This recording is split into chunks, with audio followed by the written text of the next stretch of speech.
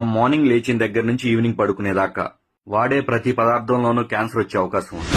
Morning లేవగానే tiffin parcel తేడానికి వెళ్తారు. వేడివేడి ఇడ్లీ పార్సిల్ చేసేదానికన్నా ముందు దాని మీద ప్లాస్టిక్ కవర్ వేస్తాడు. క్యాన్సర్.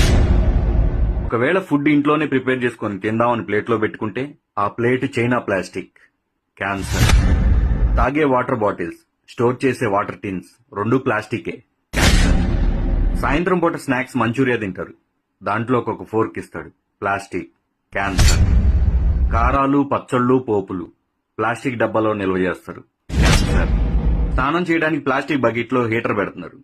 వాటరే కాదు, ప్లాస్టిక్ బకెట్ కూడా హీట్ ఎక్కువ. క్యాన్సర్. ఆరోగ్యానికి కొబ్బరి బొండ తాగుతారు, కానీ దాంట్లో ప్లాస్టిక్ స్ట్రా వాడతారు.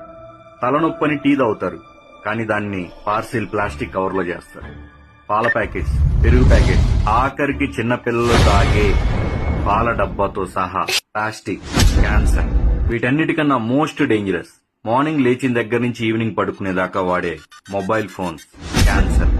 ఫైనల్లీ 2030 కల్లా ప్రతి ఇంట్లో ఒక క్యాన్సర్ పేషెంట్ ఉండే అవకాశం ఉంది.